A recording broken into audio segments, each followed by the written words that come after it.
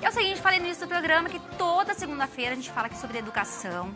E eu tenho recebido muitos elogios, muita gente tem falado do quadro Educação com Roberta Pimentel e realmente tem sido um sucesso. Portanto, começa neste momento o quadro com ela, Roberta Pimentel. Vamos lá, roda a vinheta.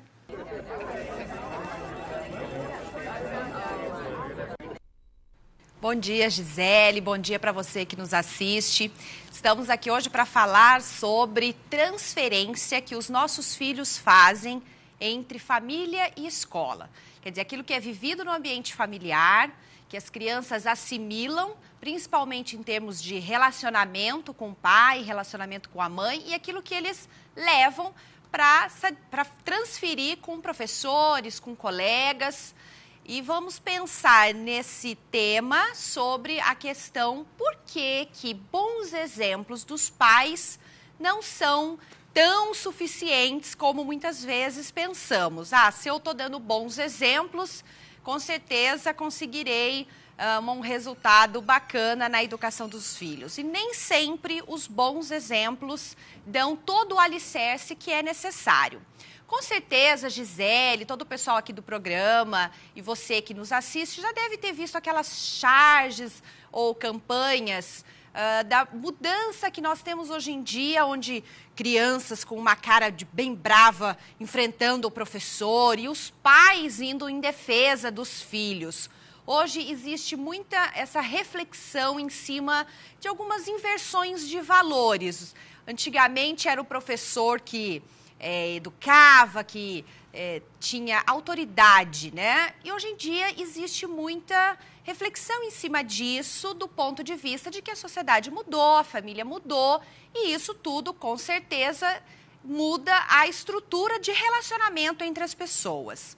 Eu trouxe aqui alguns exemplos onde nós encontramos assuntos como esse para mostrar para vocês o tanto que isso é comum em vários lugares. A revista mais conhecida, que é muito acessível, os livros às vezes são mais caros, as revistas são bem acessíveis e tem todo tipo de banca. A Nova Escola é a mais conhecida, aqui provavelmente todo mês você encontra alguma coisa sobre família, sobre pai e mãe.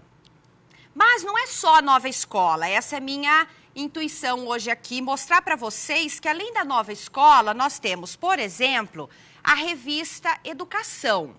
É um outro material bem que eu indico com tranquilidade. Revista Educação, você vai encontrar aqui também sempre bom referencial de leitura. Outro, a Direcional Educador. São revistas que não são tão conhecidas por circularem muito no ambiente escolar, mas quando você encontrar ou quiser ler sobre esse assunto, vale a pena. A revista, essa bem conhecida, Pais e Filhos, onde psicólogos, pessoas da área também abordam assuntos entre família e escola. Vale a pena, constantemente, excelentes materiais são editados nessa revista, também vale a pena.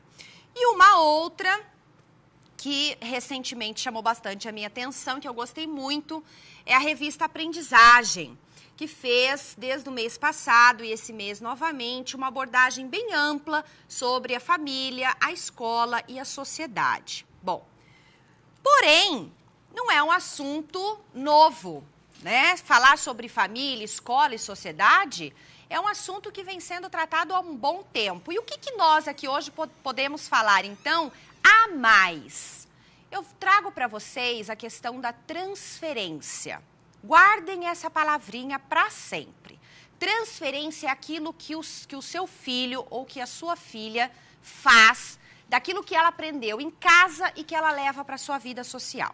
Então, suponhamos uma família onde brigas são constantes, onde as pessoas falam alto, onde às vezes, não percebendo, pai e mãe discutem na frente dos filhos.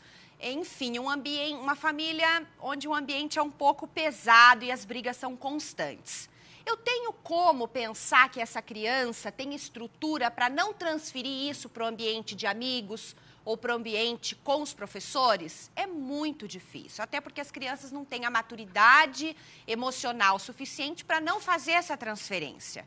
Então, na escola e na clínica, a gente tem muito esse olhar, né? Isso que a criança está reproduzindo na brincadeira ou a forma como ela está se relacionando agressivamente também com determinados professores, a gente já vai direto na feridinha. Onde será que ela está aprendendo isso? Isso se chama transferência. Aquilo que ela aprende no convívio familiar. Pode ser com pai, com mãe, com tio, com avó. Aquilo que é muito constante, né? Aquilo que faz parte do dia a dia dela mesmo. Um exemplo bem diferente. A família, por exemplo, que é mais bem pacata, onde a criança não tem deveres a serem cumpridos, onde sempre tem uma babá para fazer, ou a avó que ajuda, ou a mãe conscientemente vai, organiza e faz tudo por essa criança. Isso também será levado para o convívio com os amigos. Provavelmente essa criança também vai ser mais pacata, vai ser aquela criança que não corre atrás da amizade, que está sempre... Alguém vem atrás dela e ela então se relaciona. O professor procura e então ela vai melhor na aprendizagem. Esse tipo de transferência vale muito a pena ser refletido e pensado constantemente. Aquilo que você se preocupa com o que tem acontecido fora da sua casa, põe um espelhinho no assunto e fala assim, de onde está vindo isso? Né? Essa base, porque isso é estrutura interna. A gente chama, a criança vai formando ao longo dos anos a sua estrutura interna. Sem estrutura interna, ela não tem como agir. A criança, ela vai ao longo dos anos recebendo aprendizagem sobre como se relacionar com as pessoas, sobre de que modo falar com as pessoas. Então, você vê que tem criança que é toda assim, por favor, obrigada, com licença. E tem criança que é, me dá, pega, que eu quero agora.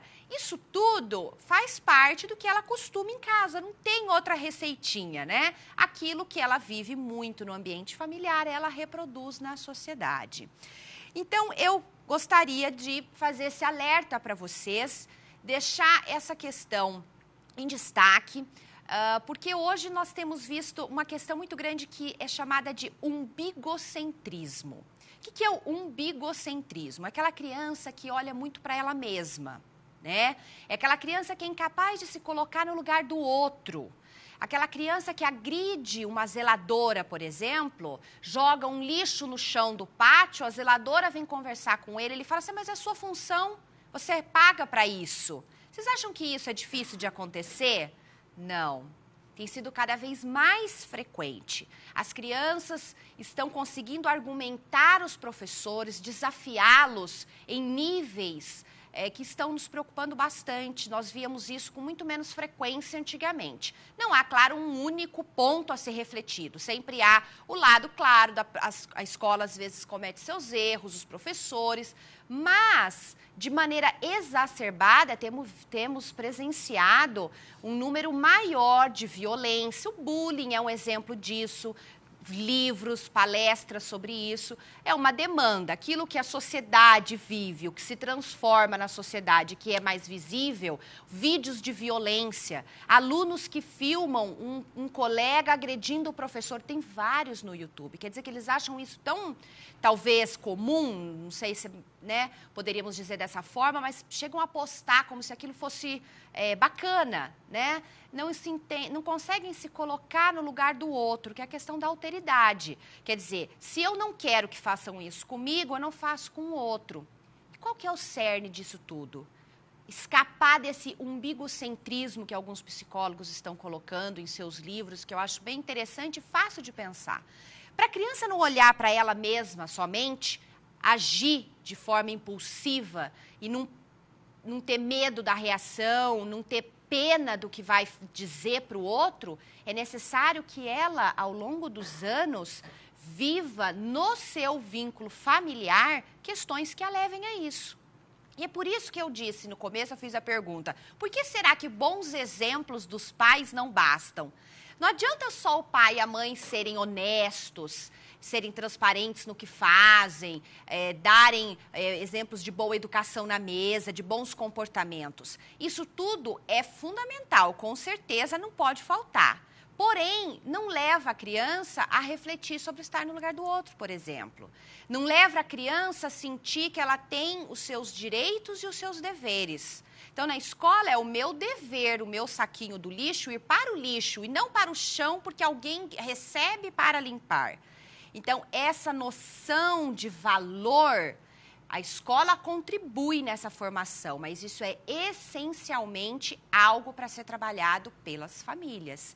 Porque no cerne, no início da vida da criança, ela precisa ter essa formação interna para aprender a agir com o outro. A escola depois ajuda a moldar, mas a base vem de casa. Essa questão de valores, a transferência que ela vai fazer para o resto da vida. Então, aos pais, cabe lembrar de transferência, o que os seus filhos vão transferir lá fora, que os seus filhos não tenham esse umbigocentrismo, que não se preocupa com o outro, que eles primeiro pensem no outro para depois agir. Isso é por meio de perguntas, ouvir muito o seu filho, a cada briga, a cada situação levar a uma reflexão. Eu sempre brinco, não chegue no filho e dê a ordem, não chegue no filho e dê a resposta, faça-os pensar. O que aconteceu? Isso deveria ter sido assim? Poderia ter sido diferente? Use esse tipo de pergunta, ok? Então fica esse recadinho de hoje, espero que vocês tenham gostado e não se esqueçam, sempre na segunda-feira tento trazer um assunto significativo para vocês que nos assistem e escrevo com o maior carinho um artigo para ajudar a aprofundar a reflexão, que é sempre bastante ampla. Então espero vocês amanhã no blog Aprendizagem Humana, www.robertapimentel.com.br. Tentativa de oferecer algo a mais para vocês. Espero também na semana que vem para mais um encontro com educação. Obrigada, Gisele.